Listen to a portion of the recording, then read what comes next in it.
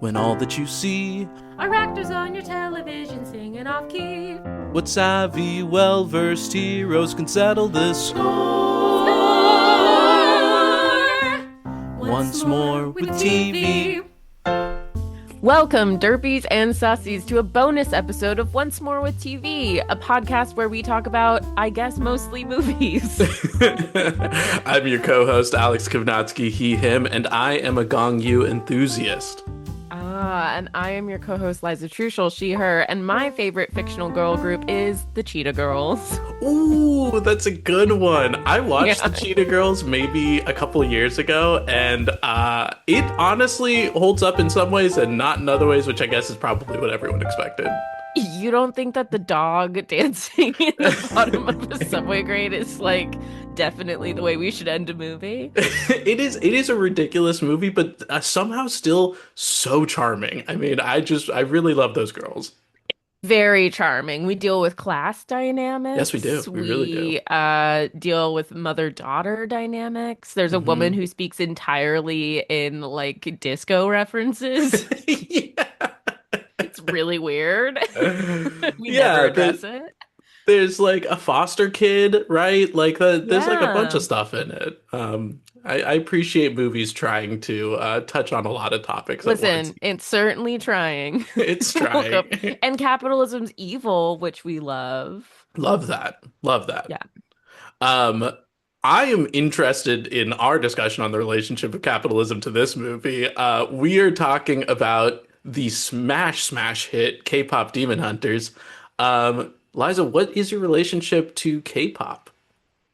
I feel like I should give K-pop more of a chance than I've given it. I have like K-pop filter through to me. I haven't actively sought it out, but like I know who BTS is. I know who Blackpink are. Like, they're these massive mega stars who create this fucking banging music. Like Mhm. all the songs I've heard by BTS, I've fucking loved and played on repeat. So it's honestly wild of me that I haven't delved any deeper. I have friends who are really into K-pop and do Mhm. like the idol concerts and have all of that going on, which is a world that I'm not quite in, but the music itself fucking slaps.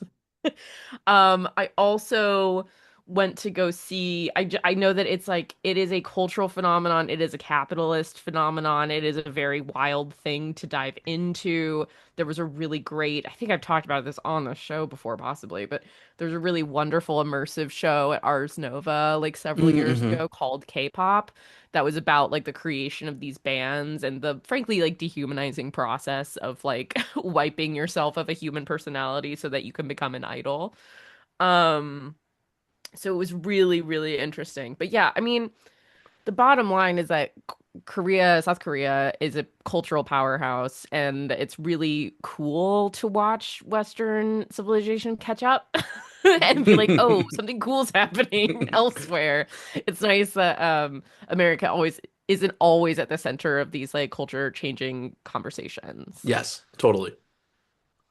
Anyway, how Um, about you? What about you in K-pop? yeah, it is a gap in my music knowledge in a big way. I know pretty much about the same as you when it comes to K-pop, and have a lot of friends who are very into K-pop. My this is slightly related, but my tita, my great aunt, is huge into K-dramas. That is all Oh my she God, watches. love that. And so every time I'm spending time with her, we're talking about Lee Min-ho and we're watching K-dramas together. So that Hell is yes. probably my biggest exposure to K-pop is through K-dramas. But yeah, ditto to everything that you said about it being such a cultural powerhouse and also an interesting relationship with capitalism, to put it lightly. Yeah, I But used to work in New York City in the same building that iHeartRadio had some offices in, and BTS was there one day, and of course it was an whoa. unscheduled appearance, but like all of the fans found out about it anyway. Um, and I just remember being mad that I couldn't get into the building because it was late. A swarm. It was truly like I've never fought my way through people more and had to like hold my security badge up and like be like, let me in. Like- It's worth mentioning that when K-pop Demon Hunters came out, you were like the first person I knew who was talking about it and texting me about it. So you had your finger on the pulse in a big way there. Thank you so much for saying that. It's hugely validating. Yeah, I mean, this was like, I will say, obviously, like Netflix was pushing this, but this is so up my algorithm that it would Hmm. be impossible for me not to have heard about this movie. I share a Netflix account with my partner, and he like mostly watches anime, and I mostly watch like weird crime dramas. And so between the two of us, this really hit like a nexus. Yeah, yeah, totally. And so like the day it came out, Netflix was like, "We made a movie for you. Would you like to watch it?" I mean, we must say at the top, it is crazy how much this has blown up. Unbelievable. With all generations, it really feels like. Yeah. Yeah, this is a really it is one of those movies that works on several levels, which I always say are the most successful quote unquote children's movies are the ones that are funny to there are jokes for adults. There are like good lessons and wonderful things. And then the music is so Hmm. key to why this movie is so unbelievably successful. I mean, so much of its market value is because it has so many revenue streams that other movies don't have because it has a like multi-hit soundtrack. I think like multiple songs hit the Billboard Top 100. It was like the Hmm. top on Spotify. Like it got ridiculous fast. Yeah, and that music is so damn catchy. It's so It catchy. I can't tell you how many children I've passed by on the street just singing Soda Pop, just like to It's themselves. so good. Yeah, let's get started on talking about this. I guess maybe do we want to give like kind of general like how we feel about it generally before we go into the nitty-gritty, or should we just go into the nitty-gritty? I kind of don't know where to take this. I don't either. There's so much to talk about. Let's just dive in. I mean, I think for me, the obviously my favorite part about this movie is the music, but to me it's like it's so the director is a Korean Canadian woman, one of the directors, Hmm. and she gets so specific with the way this whole story is built, but also the way the visuals are built in a way that Hmm. is so cool and thoughtful and really fun. I mean, you talked about like the proliferation of also like K-dramas, which are also been huge. There are shots of this that are like straight out of K-dramas. Like when Extremely. Juno and Rumi bump into each other Yeah, and it's like ridiculous. that is like one of my favorite sequences I've ever seen. It's like 20 shots. They're all just different angles of a 2-second interaction, which is And doing the exactly thing, what happens on K-dramas. doing the thing where they repeat the action like three times in a row. Three minimum 3 times because it's the protagonists have touched and it's like so good. Yeah, it, Um, it is fun with animation that you can blend so many styles together. I mean, obviously, this has its own unique visual style and language throughout the whole thing that they keep very consistent.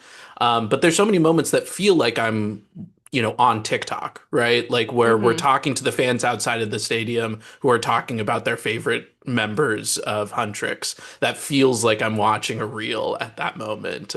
It does, And yeah. and the part with the K drama too. So they like do these things where they blend in different parts of media into this movie that I think is really clever too. They move the camera in a TikTok way too, like when Mhm. you fall during Soda Pop, which is spoiler alert, my favorite song. It's so stupid and it's so fun. Um, during that, the boys have a little like shoulder move that they do, Hmm. the Soldier Boys, and the camera like motion locks onto them and moves with them, and that is like the way TikTok dance cameras move. Totally. That's not a way that cameras move in movies. So stuff like that, they're very hyper aware of all of their influences and like paying homage to them in a way that is really fun to watch.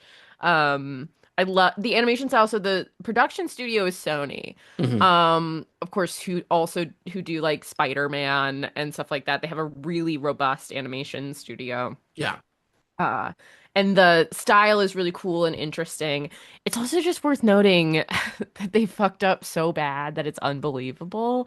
So, in 2021, this was like when people were making deals immediately post-pandemic. Sony made this deal with Netflix for this movie and a few others. It was like a bundle deal where Netflix would essentially pay for these movies to be made. They would pay Sony for the movies to be made. They covered, I think for this movie, it's supposed to be rumored about like 100 million for this Hmm. budget. Um, and they made a deal with Sony where Sony would get a guaranteed kickback of 20 million. So basically, they're not paying for the movie and they get a 20 million payday, which Not is, bad. not bad, you think, right? This is immediately post pandemic. Like animated movies are struggling. People are not Mhm. going to theaters. You're doing direct to streaming deals like this. Um, and they think, this kind of movie, they're not sure they're going to see a profit on it. They'll take this guaranteed small profit. Unfortunately, that deal, they don't get any profit share above 20 million.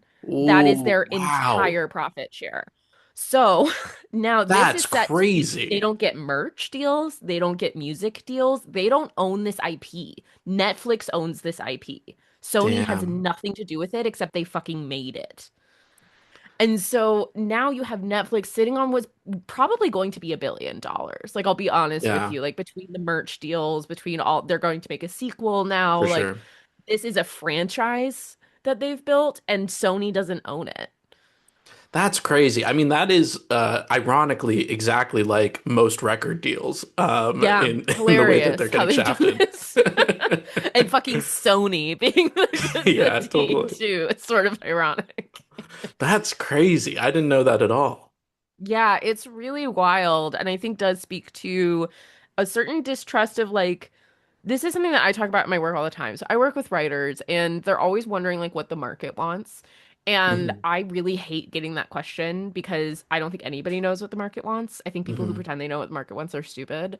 Like, I mean, sure, the market's always going to want like Swedish crime dramas, whatever. But like beyond that, beyond that, people want something interesting. They want something that feels authentic. I think if the movie feels authentic to you when you write it, that will resonate with people and then it will Hmm. do well. I really don't think it's anything beyond that. And I've spoken to multiple commissioners who feel the same way. And to me it's such a glaring example of like not trusting your material enough. Totally. Like Sony thought this would maybe make $20 million. Like they didn't have the faith in this project that they should have had because that deal should never have been signed. Because Hmm. like this idea is so specific. The title is called K-pop Demon Yeah. Hunters. That is a crazy title. Hard sell.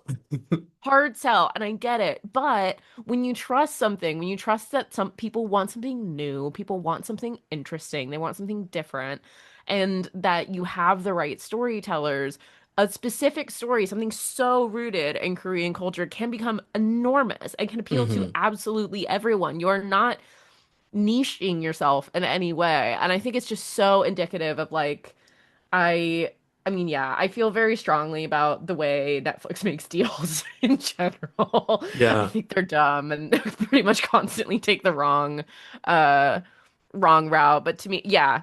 Yeah. Yeah, but Anyway, that's all not I'm even Netflix's fault in that sense. They were no. like, No, this is that's totally Sony's on bad Sony. and Netflix got the really good end of this deal. Got the unbelievably billion-dollar end of this deal.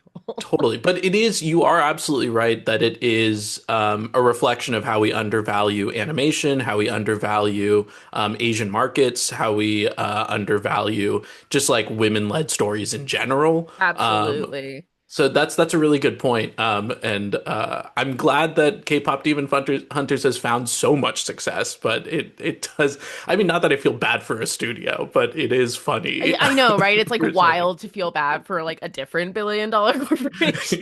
Yeah.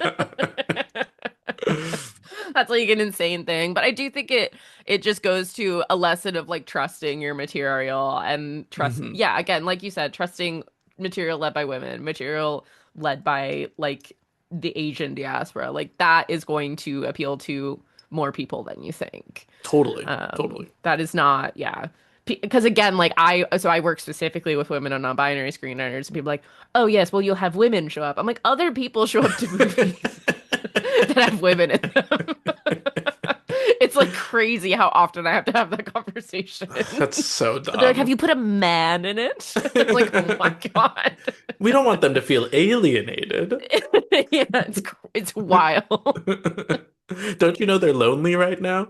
Anyway. Yeah, the loneliness epidemic. Have you heard of it? Anyway, our opening song for this is How It's Done. I think this is an amazing opening number. You're already It's such a dancing. good open. It's such a good open. I'm dancing. It's such a good like exposition on any story like this. You have to do it because this is Hmm. like new lore. You are building an entirely new set of lore, and they do it pretty well. You get this monologue from Celine at the top, and usually I really hate a monologue, but there's all Yeah. this very beautiful camera work during it that I don't really mind, giving you the story of the hunters. And then you get, like you said, those fun like little TikToks of like, this is my favorite one, which honestly reminded me so much of the way they introduce the girls in Mean Girls, which is where you Totally, talk totally. to like, yeah, that's why her hair is so big. That's where she keeps all her secrets. Um, it really gave me that vibe. And then you get this song, which is the Huntrix like girls introducing themselves and what they do. They're like, "This is how it's done. This is how we do it. We'll show you visually by killing a Hmm. bunch of demons on a plane." It's funny. It's got these really beautiful, glamorous shots of them. We go into like very music video style. It's got these very beautiful, glamour shots of them interspersed with these really funny shots of them, like Totally. very comedic. Um, they eat their ramen, which is a brilliant ticking clock on how to, like Yeah, it needs yeah, 3 minutes to get ready. yeah. Um, I think something about the animation here that I really appreciated was that, like, which is very different from like classic Disney animation, was that the girls are not always pretty. Like they pull Hmm. like really ugly, they pull cute faces and they pull really ugly faces and they pull insane faces. Totally, totally. Like they're But not always concerned with how they look. but they also kind of are. It is a little bit of a gripe I have with this movie in that like we are often talking about how um like they're snacking all the time and they're lazy and they like aren't like other girls and or like they are like other girls in this sense and relating to you, but they're also still incredibly thin and incredibly made up all the Oh, I time. mean, And there's their moments where they're proportions are like ridiculous. their proportions are ridiculous, but there are times where like they are like banged up from a fight and then immediately put on a full face of makeup really quickly when there's another person around because they have to present again. And I don't really love that messaging, but I do agree that the animation when they're bugging out is really fun and awesome every time they do it. Yeah, it's so fun. Their eyes get huge, but not in a cute Disney way. Their mouths become like weird and gross and their Yeah. teeth get sharp. Like it gets really weird. Yeah, and I love every time they lean into the weird, which they do often in this. And to your point about the animation too, I love that it's all on the beat of the song, Yeah. in a way that, truly no other, like Disney kind of animated musicals do that in the same way at all. And it's fun and it keeps it energetic. Yeah, because they're not so like in those ones, in like most Disney musicals, the reality is still taking place within the songs. You'll get like a girl walking through a forest, but you Hmm. can't Hmm. do all the camera cuts and all of that to the beat 'cause it would be crazy. But in this, because you're doing a music video style, you're freed up to do so much more with your camera and with the colors and with like they've really opened up a whole lexicon of like filmic language that you're not allowed to access in a Disney musical, which I think is really engaging and different, and people like engaging and different. I'm gonna die on this hill. I mean, It's worth mentioning that when I first watched this, I don't have Netflix, so I had to watch it on a stream, and it kept cutting in and out. I was kind of having a frustrating time watching it the first time I watched it way back when, and the whole pacing of it is so fast in a very Gen Z way that I was like, "Am I old? Is this too fast for me?" And it wasn't until this opening song started, which happens very quickly into the movie, that I was like able to kind of relax in a way, which is kind of a funny thing about it. I was like finally like, "Oh, I've caught up. Okay, I feel comfortable again." That's so funny because I do get the thought during the song that who would not be caught up is the audience because they land halfway through the song into their arena. Totally. I'd be like, why are we getting one third of a song? They do that a lot, though. They kind of like blend when the song starts and ends and reality and whether it's It diegetic goes or from like not. diegetic to non-diegetic back to being diegetic and like it jumps time and stuff because we bend those rules a lot throughout the Yeah, movie. which I like. I like a lot. I Yeah, also totally fine with it. I really love the way they capture like music is healing, and like we literally see people's souls light up in the honmoon and all that kind of stuff. I think visually that really works for me, but also super relatable when you're at a concert and you're all screaming the same song with everybody. It does feel like this beautiful energy is happening that feels healing. Absolutely. Absolutely. That's a really good point. Um, the next song we get after that is we get that little snippet, Ginu's Lament, I think is what it's Mm-hmm. called, where we're in the demon world, question mark. Yeah. I have a lot of questions about how demons work in this world, period. And Yeah. maybe you could hopefully explain that to me. Is Ginu a different demon than the other demons, or is he It just like seems any other like demon? okay. I'm gonna talk straight on my ass. Um just directly from my ass, Ace Ventura style. But what I think is true is that when I rewatched this, I noticed when in that opening monologue, there is so the boys are done up in the style of like a Korean Grim Reaper, Mhm, which is a different kind of demon generally. But even in that open with Celine, like you can see one of them comes up and is commanding two of the smaller, more colorful, like Dokaebi demons. mhm. Um, and so I do think that there is a certain hierarchy and that they are above these sort of like gremlin-y little guys that you see more often, the kind that they fight, like the monster type that they fight when they're on the plane. I do think that Genu and the rest of the Saja boys are a slightly higher ranking kind of demon that has some kind of control over the smaller demons. Yeah, that makes sense Um, because there's demons that look like demons, and then there's demons that are way more humanoid, right? yeah. And it's my only really big question mark about the movie, and I wonder if they address this in the sequel, but it's like we redeem one demon with Genu, but we're still killing all the other Yeah, demons. could we have done that with other ones? That is a Yeah. huge question. Is like if he could have regained his soul, could we have done that for other ones? Maybe not the little gremlin types, but maybe like the other Saja boys, like because they all seem to be the same rank of demon, as it were.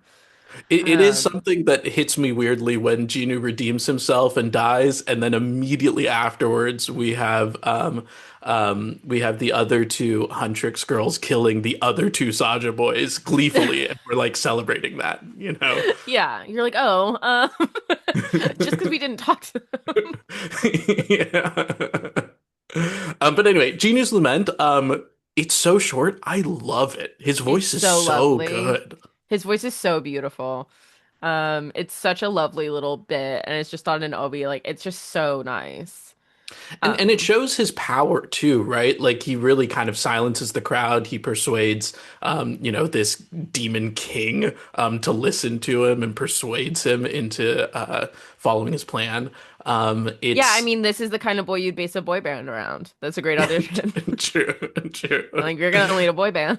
It Yeah, really he does. even says the Demon King Gima. I'm gonna fuck that phonetic. That is not a phonetic we have in English. I'm just Mhm. gonna always fuck that name, and I'm sorry about it. But we convinced Gima to put together a demon boy band, which is probably like I love addressing the ridiculousness of a plot point in the moment where someone's like a Yes. demon boy band, and then they pose and like, oh, it's gonna work.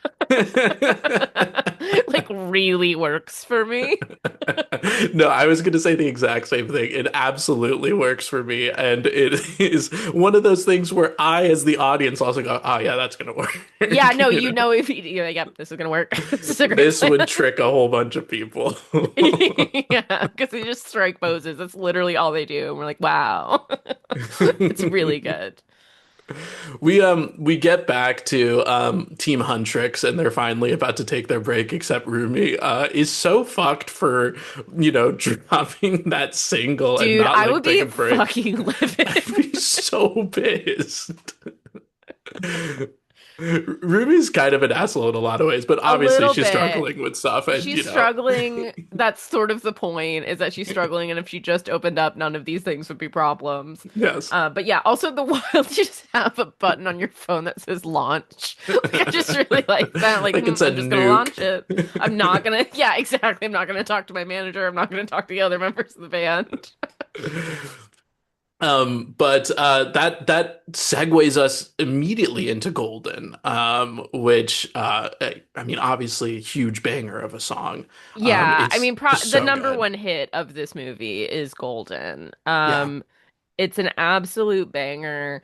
It's a huge vocal performance, which is like brought into the text, which I like too. Like this, the Hmm. range that is required of Ruby on this song is Stupid. ludicrous. It's It is stupid. absolutely insane. Yeah, that Um, high A is insane, and it's such a jump vocally from the note before, and it's it is crazy that anyone expects her to be able to perform that live without, proper training, or like she's like not hitting the note in that moment, and they're like, oh, okay, you'll get it later. It's like, no, that's a huge concern. That's a really hard note to hit. it's like yeah, like people train their whole lives to be able to sing that note. I don't think we're gonna fix it in like 3 hours. Um, yeah, no, it's just absolutely wild. It's a really fun song. I think it also does a really good job of like the lyrics can all be about Rumi and they can be all about the other girls too, like trying to live in two worlds. That is something that's always Hmm. struggled with growing up in Burbank. And of course, Mira was a problem child in a different way from being a demon. I Because actually no, this go is the ahead. song where we learn, sorry, this is the song where we learn that Rumi has a secret and it's that Yeah. she has demon patterns. Yeah, I was just gonna say, I actually really love how unsubtle these lyrics are, right? Yep. Like that we're directly talking about the things that are troubling us, and for Roomies, they are like actually so explicit in the lyrics, but they Yep. feel metaphoric. It's kind of fun to have that reverse a little bit. It is Um, because then also it hits really different when she covers up on the lyric "I'm done hiding," where it's like, yeah, oh, we know Rumi's lying. Like Rumi yeah. is struggling with something and lying to herself about it. Yeah, and, Um, and having those lyrics be so direct makes the flips work every single time. Same thing mhm. happens with Takedown later. Yes. And I think that's actually really good in a way to make something that maybe on the surface maybe seems like less clever, like less metaphoric, but is easier for kids to digest. But also when it flips, it that impact is so much harder. Yeah, well, to me, that's the whole movie, to be honest, right? Like, Hmm. we are like literally fighting our inner demon. Like, you Yeah, could not get more literal than this yeah, movie gets. totally. It's pretty wild, but it does kind of work because it doesn't wink at that. It really commits to it. And you and I are Hmm. big on just committing, We like, love just that. go for it. And again, because it is a movie directed largely at children, I do think the lessons are really lovely. And I think it's like, we've also talked about this multiple times, but one of the really fun things you can do in like fantasy worlds is take these metaphors and make them literal and make Yeah. it something you can punch, like make the demon something you cut in half. Um, and like literally later during this is what it sounds like where like we listened to the demons. Like they listened to the Hmm. voices inside their heads that told them they weren't enough and that's the problem. Yes. Right? Like so I do think that there's a lack of subtlety about this movie that I would normally find annoying but Hmm. ends up being really charming. Totally. Totally. Because there's something about those type of lyrics or the dialogue that might feel like, oh my God, okay. This is really beating it over the head, but it lands for me every single time. And I think it actually lands even harder on rewatches, which might explain why people are rewatching this movie so Over and over much, and over. Yeah, this is an constantly. unbelievably rewatched movie. I mean, this is Netflix's most watched movie of all time, and it's not Yeah. close. It's Yeah. not close. It's like way above. One other thing that I wanted to say before we move on from Golden is speaking to what you were saying about music videos before, this feels like a K-pop music video in the very beginning Oh because yeah. they're launching a music video. And I just gotta say, if you haven't seen any K-pop music video, go watch them. They are so They're so good. crazy. They are The epic production value and on those things is unreal. unreal. It makes me go, what are we doing with music videos It's anymore? truly truly embarrassing for us. Um, But at the end of Golden, Rumi is unsubtly, literally running away from her problems. Yep, Um, and then fantastic. I love that they have that moment with the comfort food, and Mira and Zoe are with her and being like, "Hey, you can talk about this." And there's like the doors open there for Hmm. her to like share with her friends. But it also happens that they're like, "You gotta hide that shit. We're gonna find a way to fix it." And it's like the same thing that she gets from Celine. So Yeah, so as they've all been raised by like a toxic mother figure, right? Like Mhm, Celine, who we should also say is Sujin Kim, for Lost Stands, mhm. that's absolutely enormous. Um, absolute queen. I'm sorry that she's such a toxic person. But she's like, what, we have to hide our faults and our fears, and you must like Mhm. cover this thing about yourself. And all three of these women have grown up accepting that as the truth. And it really has like affected them in a really major way. Yeah, Celine's pretty toxic. It sucks. I didn't realize that Daniel Day Kim and her are both I in know, this. right? That Isn't must have that been a nice cute? reunion for them. If I don't think they got I any don't scenes think they together, have but they don't have a single scene together. I doubt they overlapped, but it's delightful. yeah, Because I mean Daniel Day Kim's basically up next. I mean, right. we go to see a doctor to see if we could get some sort of what do they call it? I don't know. Not soda pop. Not soda pop, some kind of tonic. That's what it is. My brain Tonic, was saying yeah, toxin. I'm like, I'm pretty sure that's not the word I want. yeah. Some Grape kind of juice. They're tonic to getting make grape juice. grape juice to make Rumi feel better, and it's Daniel Day-Kim doing a wild role, the world's most handsome man. um, And speaking about eyes bugging out, I mean so that's that whole funny. I scene. mean, it really works. It's a very funny bit. It extremely works, and also it's a really good way of explicitly naming the characters' flaws and obstacles. It's like very tell not show, but a good version of it, like a one It's that I think funny. I mean, works. it's done with a lot of humor, which helps. Hmm. It would have been annoying if he had just said it, but because we all react in funny ways, and then of course because it doesn't work on Mira, who like barks at him and he gets scared.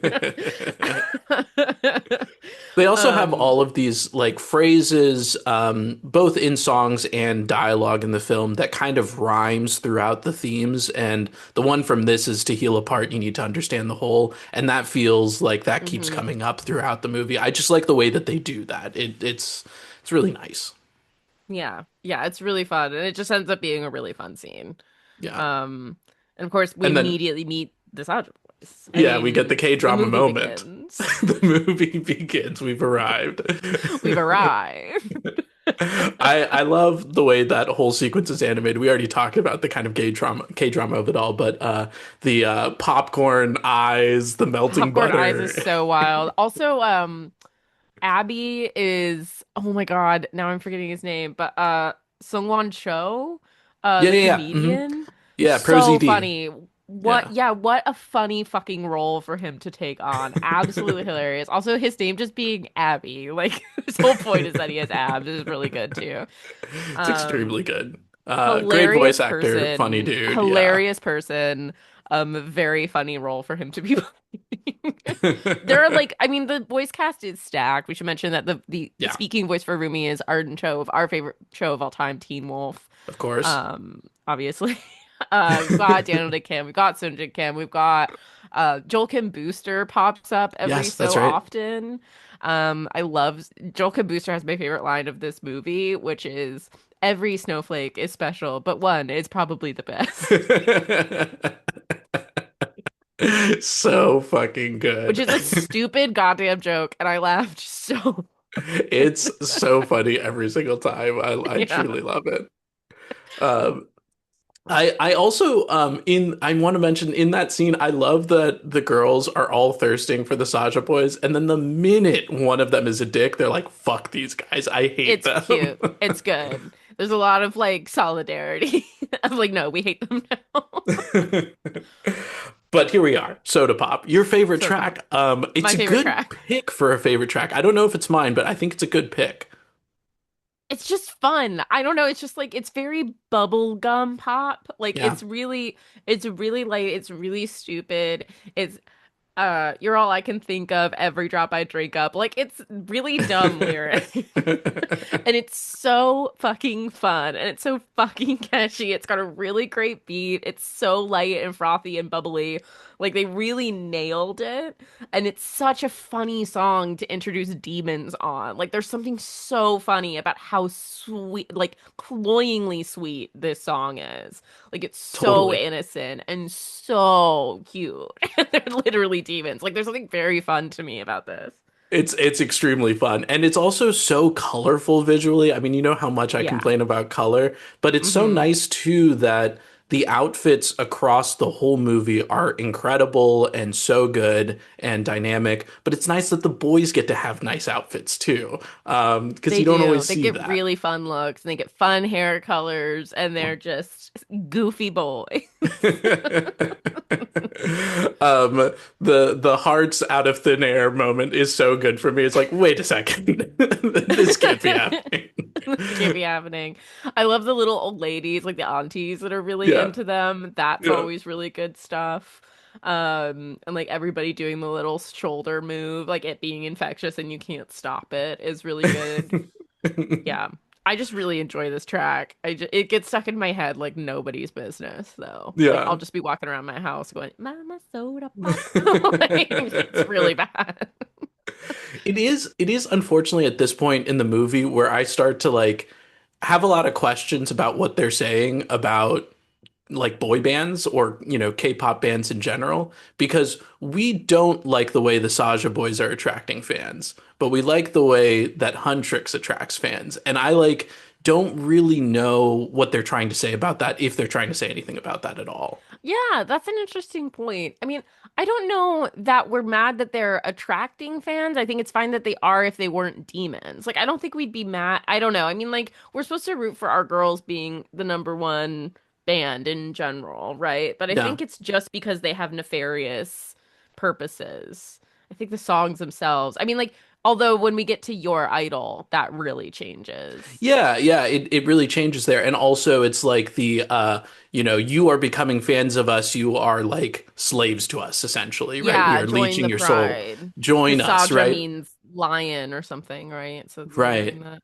And so it's Um, like it's kind of like a yeah. weird thing where it's like that's kind of a commentary on how, especially K-pop stans are.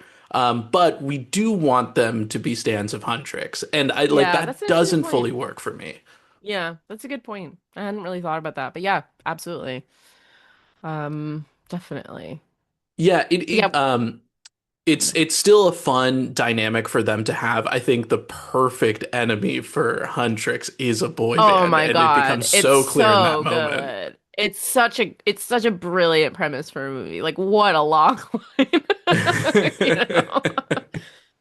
And I Uh like the way that they like or actually I think I'm skipping ahead because they have the talk show moment, but I just love the way the Saja boys just like run away and are goofy. You know what Oh, I it's mean? hilarious. They're very funny. Like the Saja Boys are very the animation is funny. Like the animation adds jokes. And I think that's one of the best things that animation can do is like add background gags, add humor to the way people are moving that's not Exactly. on the page. And the Saja Boys are like peak that. Like they're always running out and one of them's on the other one's shoulders and they're like diving through a window. Like they're just really silly. Like the way they Hmm. move is goofy as hell when they're not on stage, which really works. Yeah, totally, totally. We get a big fight scene between the Saja boys and Huntrix in the sauna, and Hmm. we have that really specific and powerful moment of Genu like being set up as very selfish and then immediately doing something very selfless for Rumi in a Hmm. kind of an unexplained way, and I really like that moment. It's a good enemies to lovers moment. It's really unexpected, right? Like he covers up her patterns when he sees them so the other girls uh don't notice. And we're like, why would he do that? Why would he do Yeah. that? Why would he do that? It's a big question. It But drives intrigue. You immediately want to know more, which is why in the next scene when my favorite characters show up, the tiger and the magpie, Derpy and Sussy, the you're like, she should biggest accept this breakout invitation. characters. Truly unreal. That bird is so fucking funny. Here's my question, and Mm, I'm nervous about the answer to this question if okay. I'm being honest. Do they get a song in the sequel? Oh wow. Derpy and Sussy, do they I get kind a of hope song? not. I Me like them too. silent. I like them completely, like almost completely silent. Although they could get a dance number, and that would be Oh, exciting. fuck. Yeah, that Fuck. would be Damn. thing. That's what I Yeah. want. No singing, just dancing. They just get like an EDM song.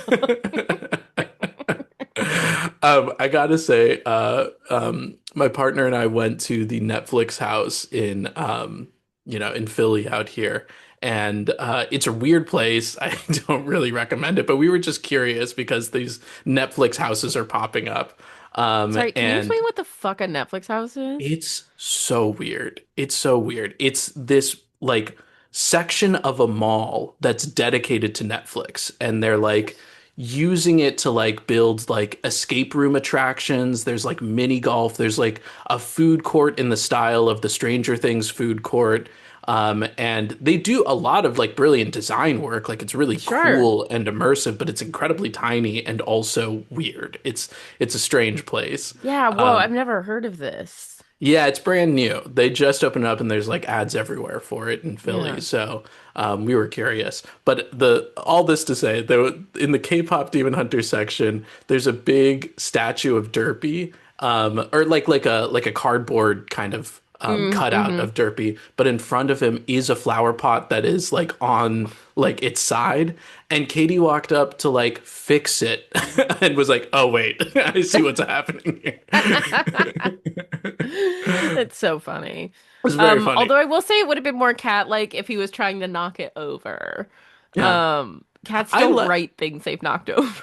I do like it as a choice though, like of like It's like there's like sweet. a It's very politeness. endearing. It's very like, Yeah. oh no, I fucked it. I fucked it. I fucked it.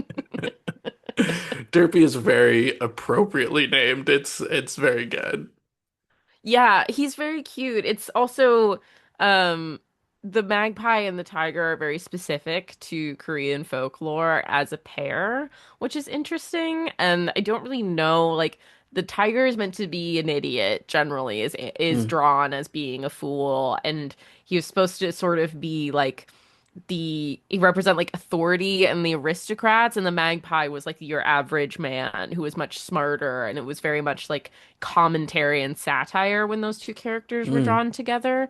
I don't really think that carries here, like that no. particular message, but it is fun to incorporate like a duo from Korean folklore that is specific. And the way they're drawn is also extremely specific. Like those huge, huge multicolored eyes and like his proportions and sizing are very much not how tigers are drawn in most Western cultures. Yeah. So I appreciate their specificity on this choice, even if Yeah, they just and kind of seem to be messengers. totally. Totally. I mean, but they are the big stars of it, right? They're Like so it's funny. crazy. They They've have got a really zero good screen time. dynamic. Yeah. And Um then I love there's like a throwaway line where he's like, why does she's like she asks Gino why the bird has a hat. And he's like, I made it for the tiger, and the bird keeps stinging it. it's very good. It's good. It's really It's good funny. lore, but it's Yeah. also incredibly silly. Hmm. Like someone had that idea and was like, I need to slip that in as a line in the movie because it's And just it too good. works. It's really charming. And it's funny because that line is mentioned and then they just move on, right? Like, Yeah, we just move like on. It's not important. We've addressed it. but this is where we do start having Gino and Rumi start to talk and kind of share their traumas to the extent that they share them. And I do think it is crazy how dark it is that Gino sold out his family. I mean, he doesn't admit it in this moment, but we find out later that Hmm. he like literally sells out his family. But we also carry so much empathy for him by the point that we get that reveal. And I think it's a good way of showing how poverty puts people in impossibly horrific Exactly. I situations. think that's And really the lesson of yeah, and we can that. still humanize them. Yeah, he was given an impossible like set of circumstances and did not make like a quote unquote like honorable decision, but he made a decision to survive, Yeah. right? Um and yeah, I think that empathy for him is an achievement when someone's done something so kind of object like on the surface unlikable and unsympathetic. It's crazy to connect this to Hereditary, but I'm going to. Do it. Do it. I'm thrilled. Like I'm so thrilled. shame is such a big theme in this, and they chose something so catastrophically shameful for Genu to have made a choice about this. In the same way that in Hereditary, when spoiler for Hereditary, when the son in the family accidentally gets his little sister's head decapitated and is just Yeah. like Oh my sitting with that God. shame, and it's just like It's a haunting imperceivably shot. That bad. shot Yeah. of that kid lying there, knowing that his mom's gonna find it. It's like it sticks with you. And you can understand how Genu wants to erase this memory. Like that's like the number one thing he wants to do Well, that's here. what he's gonna get when he accomplishes all getting all these souls for Grima and bringing down the honmoon, right? It's just that this will be erased. That's Yes. it. So you understand that it's causing him a lot of pain. Like he has a lot of regret that he stored up over hundreds of years over this decision he made. Yeah. And he was saying like the only thing demons do is feel things, right? Is like just being Hmm. haunted by this.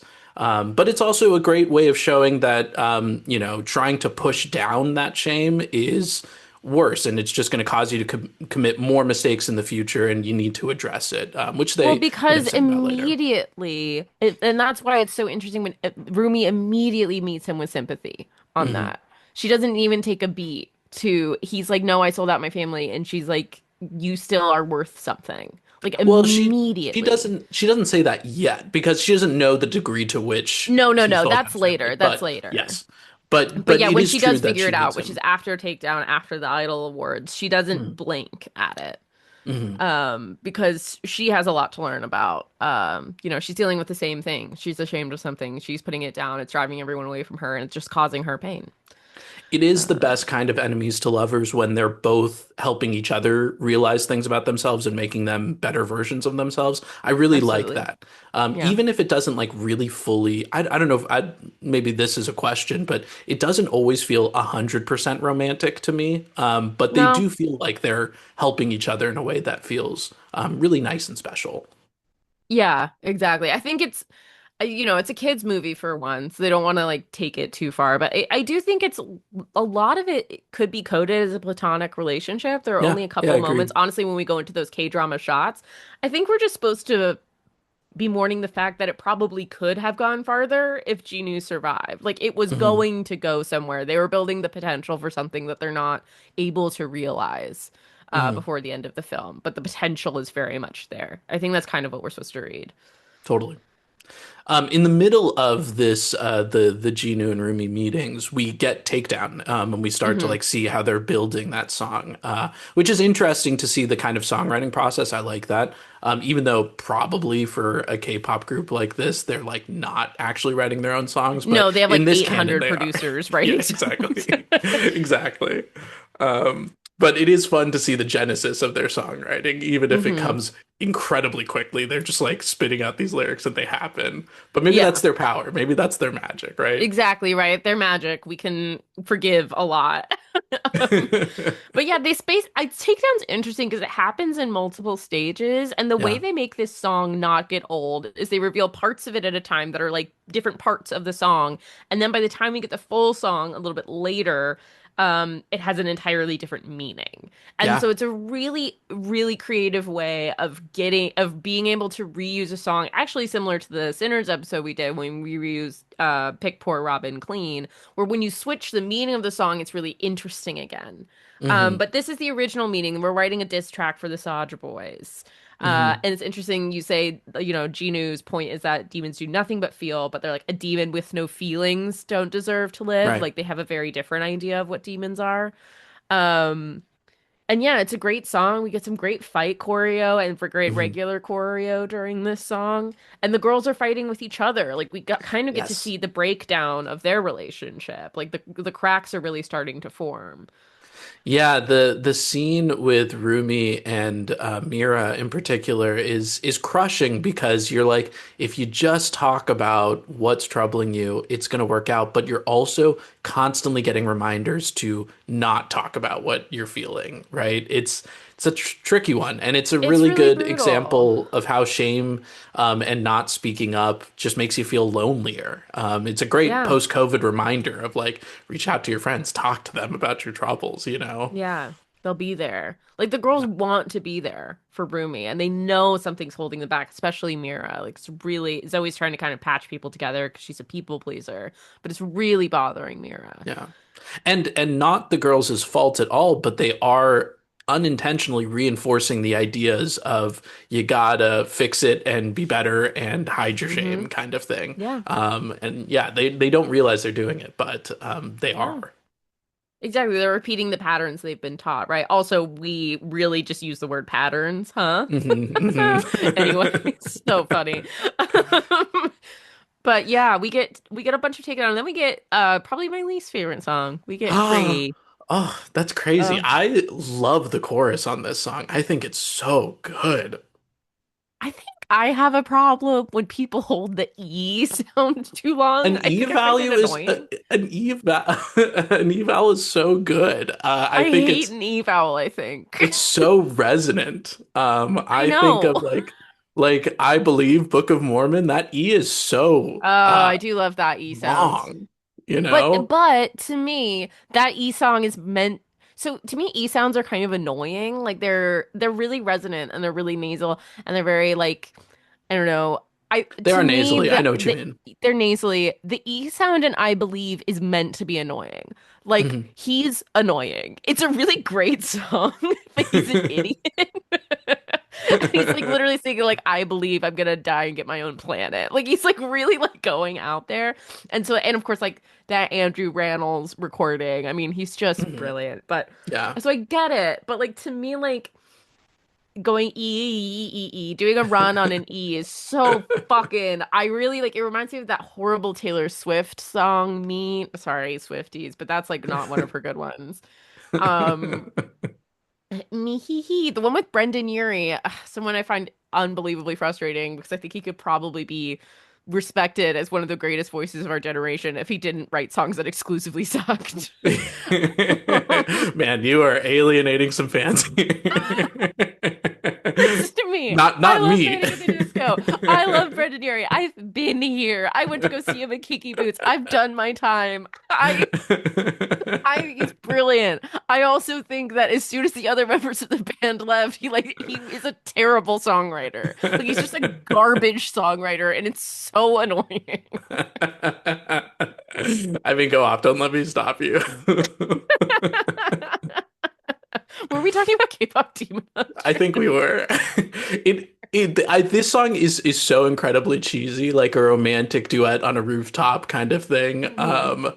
But I still love it. I think I agree with you that the verses and the like kind of outro of the song are not super strong, but I really do love that chorus. The chorus is really catchy. I like everything except the bit where they sing the word free, which Yeah. unfortunately is a large percentage of the song.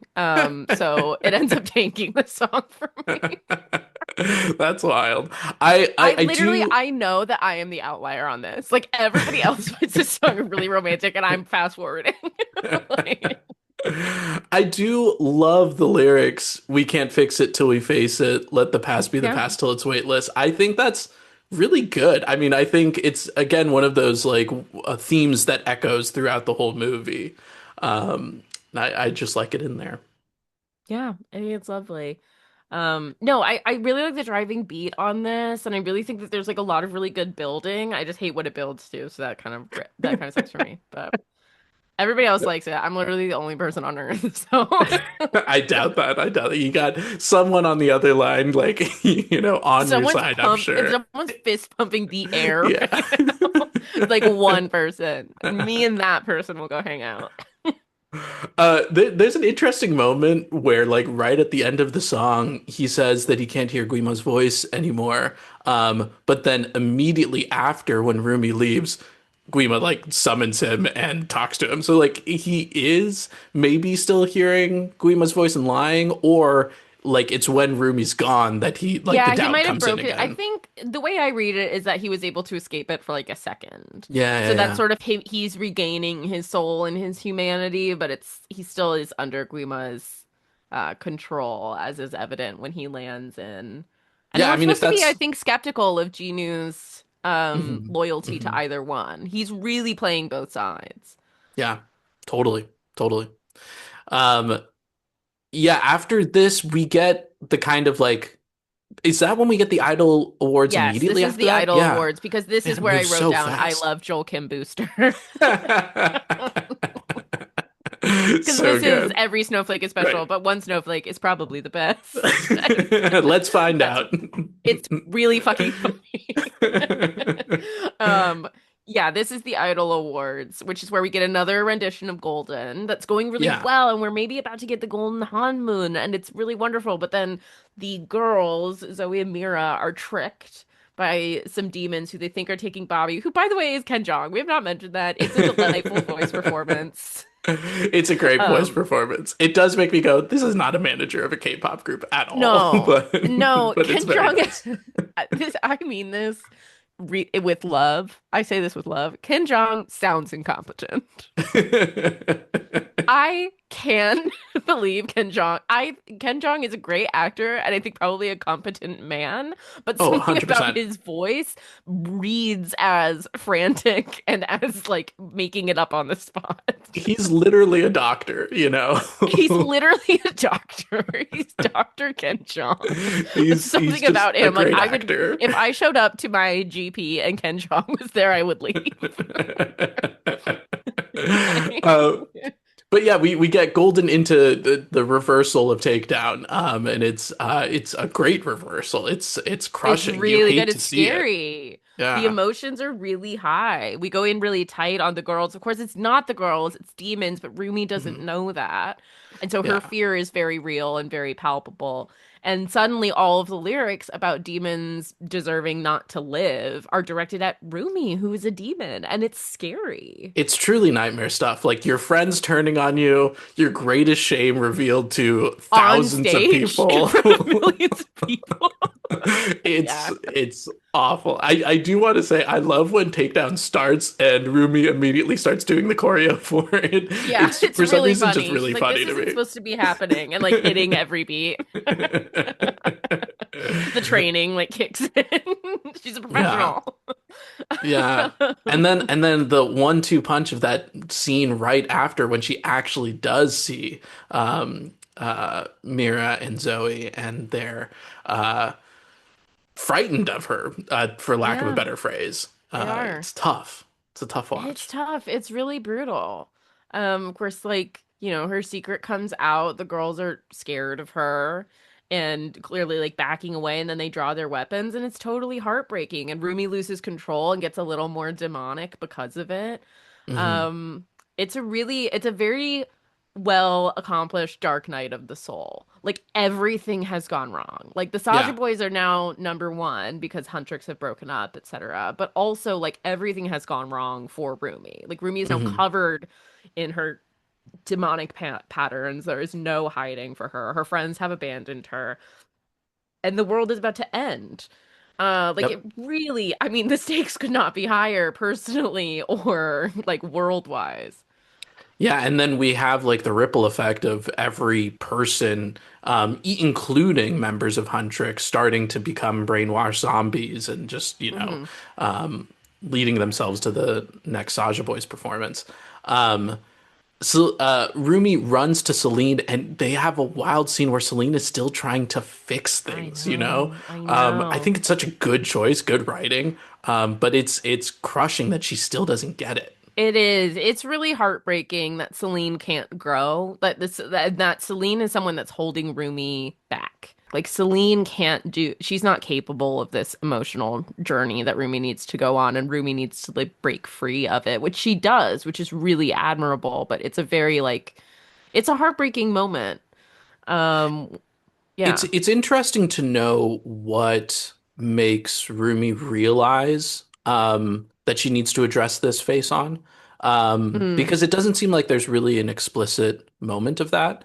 But I have to guess it's just seeing that Celine doesn't understand that she is in pain and needs help. That like that's what galvanizes her. So maybe it's not as heartbreaking in that sense, But man, it's tough stuff. Yeah, it is. It is really brutal. Um, but then we get the Sasha Boys concert. This is where your idol comes in, Yeah. and we get their traditional garb. And I think it's fun to see floating demon boy band choreo. Fantastic.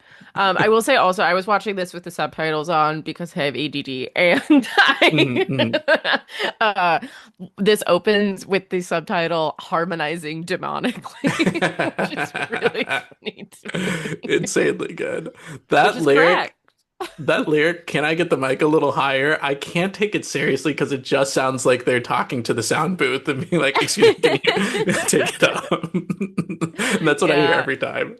It's a really fun song. It is really insidious and kind of creepy and like the getting underneath your skin. Like, first of all, that's such a delicious, like, I love that melodic Mhm. line. I love going in that falsetto. Like, but it's so like, ooh, like it twists this idea of having idols and makes it grotesque, like you were talking about earlier. Like, should we be examining the way people that idolize K-pop like idols? That is what they're Totally. called. Um, but it's a brilliant song. It's so catchy. Yeah. Uh, it's It's really pretty fun. short too, is the thing. I wish we had a Hmm. little bit more of it, which happens with a couple of songs, but we get to what it sounds like immediately afterwards. So it's a nice kind of like they're doing their song and then Well, Rumi hits she back cuts it with this. off. She cuts Yeah, it exactly. short. Um, and this is what it sounds like is sort of the like emotional thesis of the Mhm. movie. Um, it's really it starts, of course, with just Rumi talking about how she needs to be honest with herself and that she's sorry she ever hid and that she's sorry she didn't just open up to her friends. And the song is really about like seeing someone in their fullness and loving them for it. Like it's a really Mhm. beautiful and not subtle message, this song. But Totally. the harmonies are great. So like they Harmonies are really awesome. yeah, they really emphasize in this one, like, let me see the dark side of you so I can harmonize with it. That's sort of what they're saying. Yeah. Um, And it builds well and it like yeah. inspires people to break out of this, including the other members of Huntrix. Um, Hmm. this is what it sounds like is a very funny lyric to me. Just Yeah. because like it's like, hey, this is the song. This is what it This is the sounds song. She says, like. this is the song we couldn't write. Remember earlier when we were struggling to write a song? It was this one. Just like a bit of a wild thing. But I think a great kind of closer for this. Obviously, they don't have like a closing number, like a number at the very end of the movie, but this is, for all intents and purposes, the closing number, and it's a powerful one, I think. Absolutely. Absolutely. This is where we get Genu sacrificing himself and the other Sasha boys just getting killed Just being murdered. unceremoniously. But yeah, it does make me think like, is the sequel the girls grappling with the genocidal ideas they've been having this whole time? Is that their Yeah, do we Empire need to Strikes reconfigure Back? our entire worldview? Um, because is it actually really cruel to trap people in the demon world if they have souls? Yeah, Like, is the yeah. honmoon unethical? Who Right. I knows? mean, like, yeah, we're advocating a barrier to keep the other people out, right? Like that is Yeah. Yikes. We don't it's not great. generally try to support people who want to build walls, okay? We I don't don't. know. Bridges, not Something walls. something to examine. I love the scene at the very end when they're just crying in the hot tub. Yeah, it's really That's cute. It's really really great. sweet. One of my favorite scenes in any movie ever is I'm going to connect a really wildly different movie again. Is the end of Pineapple Express when they're just sitting at a diner going like, "You killed a guy, right? I can't believe I did that." And I just like a friend's recapping after something crazy happened Yeah, scene. exactly. Exactly. No, it's very sweet. And yeah, I mean, we end it. There is obviously room for a sequel because we don't complete the Golden Honmoon, which I'm sure is what the sequel's going to be about, unless it's about dealing with the ethics of killing demons, which is what you and I want it to be about.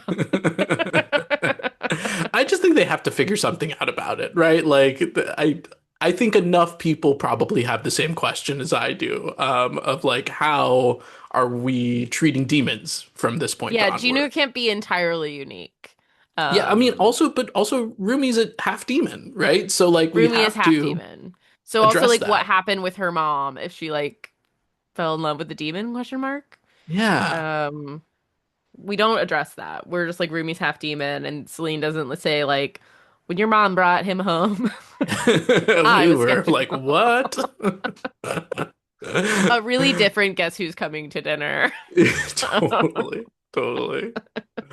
Um, I've been kind of avoiding talking about this because it's a whole can of worms, but it is worth mentioning that like my thing with K-pop that I can't really come to terms with is that it seems like it takes so much from Black culture in hip hop and doesn't feel like I know this is something that K-pop fans like hate this discussion about, but it is crazy to me how every single song in this whole thing just like has the 2015 triplet flow that was happening in hip hop for like Yes. everywhere, and No. it's literally Absolutely. every song has so many triplets. And I like don't want to say that I think this kind of thing is like a verbal or vocal blackface, but it does kind of feel like that sometimes, and I don't know where It that sits feels with me. appropriative. Yeah, We'll say that. No, I completely agree. Um, for all that K-pop is a massive influence on other music, you have to be acknowledge the influences it's taking, and some of them are maybe questionable. yeah, Um, it's worth saying, and I'm glad you said it. Yeah. yeah, totally. But I mostly wanted to say it just because the triplet thing is crazy. I didn't realize it Dude, the first time, but it's it's everywhere. every fucking song. And when we got to your idol, I was like, "Oh, okay. Actually, I think this one doesn't have any triplets in it." And then it had like a bunch at the very Yeah, end. God damn it. We almost got out. We We almost were almost got free. out. We almost were free. Your favorite song, your favorite vowel. Dude, my Um, favorite vowel sound. do you have any other thoughts about K-pop Demon Hunters? Any hopes for the future? Hopes for the future, more derpy and sassy for sure. Hmm. We love the idea of a lyricless interpretive dance number, a music video that's just them. Um, no, I'm interested. I love movies that really celebrate female friendship, and this is one of them. And I think like I really that ambiguity with Ginu's relationship is somewhat refreshing because that's not what the movie is about. Like the movie is Hmm. not about her relationship with Ginu. It is about her relationship to her friends. Yeah, And totally. that is what saves the world, is how much these three women love each other. And I think that is just really lovely, and you don't get that a lot. And yeah, more trust in movies like this, in Yeah, big swings. I mean, you and I talk about this all the time. Like, just love a big take the swing. swing. Like, just do it. Because, like, this is set to be one of the most enormously successful movies we've seen in like a decade. Yes. And it's literally called K-pop Demon Hunters. Like this is a Hmm. crazy pitch. And when you write something that's about the human experience, you can say whatever you want. There can be demons, there can be K-pop, and people will resonate with it if you Yes. mean it honestly, right? And that this movie comes across as weird but honest and Hmm. genuine, and it did its research, it did its homework, it tried to be representative of the culture that it is drawing from, and used and like pretty much an all Asian cast, all Korean cast. Like it is really cool that this movie is as successful as it is, and I do worry that like similar to when Squid Game popped off, which is very cool to Hmm. watch, but then like we took exactly the wrong lessons from Squid Game on many levels. Yeah, Like totally. Totally. in a metatextual level and also in a textual level. Like first of all, we should the whole point is that we should not have a Squid Game style game show. It's crazy that we went there. And then really like to me that was about like, oh, it pays off when you take big risks, and instead what we do is cancel other original shows, renew Squid Games for three more seasons that didn't need to happen. And yeah, so it's just like, take risks, try something new, give new creators space Yeah. to work, give women creators space to work, give women of color creators space to work, and they'll make interesting new art. No, Those are my hopes for the absolutely. future. Hey, Is that hey, I broad love those enough? hopes. No, I mean, I like the point that your hopes for the future is like not even about the sequel, right? Let's talk about newer works. Let's talk about something else. I think that's a really great point.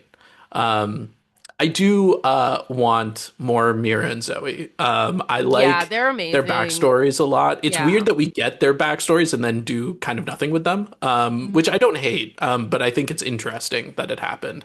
So there's stuff to flesh out there. And yeah, love this movie. I think it's really phenomenal. With all the gripes I have with it, I love what they're trying to do. And I think a lot of it succeeds in so many ways that I think is powerful for younger generations. Yeah, I'm really glad this is a movie that's resonating and reaching kids because I think the Mhm. messages in it are really lovely. And I kind of love the idea that you have to rebel against a toxic parent. I think that's kind of a radical thing to tell kids to Totally. do. You don't get that a lot. You don't get that a lot. Usually the mom gets forgiven in a big way, and I kind of like that she's not. I'm just gonna Yeah, throw that out there. totally. Totally. I just think that's There really different. there is a parallel here. I was thinking about this, and I feel like this is the younger generation's what was High School Musical for us, in the way Wow. that it exploded. That's your Um, dream, Dad.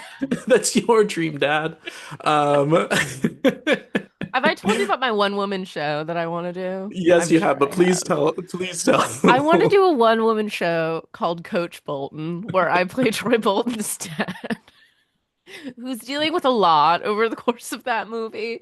A lot about gender roles and a lot about what he needs his son to be and living vicariously through his son. And I want to be very Rosencrantz and Guildenstern are dead, and that like Troy can kind of walk through stage, but I never reach Troy. Like I'm unable to reach Troy and just what's going through Coach Bolton's head because I think he really has an unexplored depth of character. Oh man, brilliant. Brilliant. Hmm. I'll Yeah, be in a but it tracksuit the whole time, obviously. obviously I Holding like can't four basketballs. I can't wait for your get your head in the game moment of that show. You hear it off stage and you're like, I can't You get my hear head in the game. you hear squeaking of shoes So in much the basketball. squeakiest number of all time. But the whole reason I brought it up in the first place, I am glad that this generation gets to have K-pop Demon Hunter lessons instead of High School Musical lessons, which were valuable in its own way at its time. But I feel like this movie goes way deeper. Oh yeah. Yeah. It's a little deeper than you can sit at whatever lunch table you want. Anyway, any other last thoughts, Liza? No, I mean, if you're the only person on Earth who hasn't watched this movie, you probably should. You probably should. Oh, hi, Azula. Yeah, Sula creeped Oh, in a at the kitty end has made an here. appearance. Yeah, if you're the only person on Earth who hasn't watched this movie, you should do it. The music is also highly listenable. But yeah, support new weird art. It's cool when it pops off in a commercial way. Let's try not to let capitalism just drive it into the grave. But yeah, it's cool. It's amazing. Well, yeah, that's it for K-pop Demon Hunters. We'll be back with probably the movie I'm going to go see right after this, Wicked Part 2. Okay. Yeah, I'm seeing it tomorrow, and we'll talk. We'll And we'll have a talk. conversation about it. Oh boy. Bye. Bye.